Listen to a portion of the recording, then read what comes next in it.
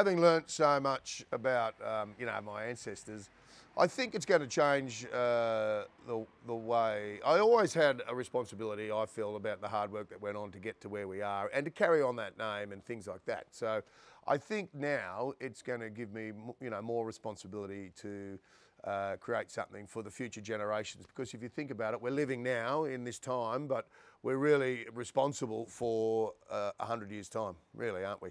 If we don't set your family up well and give them good morals and work ethic and things like that, then that's going to affect people 100 years down the track. And it's easily obvious about Benjamin Lively and Rocco Caminetti that they had great work ethic and morals and you know, they looked after people and did things like that. And that's then looked after 100 years down the track, which is me. So, you know, you have a responsibility for the past and you have a responsibility for the future as well. And that's something that I'll take away from this.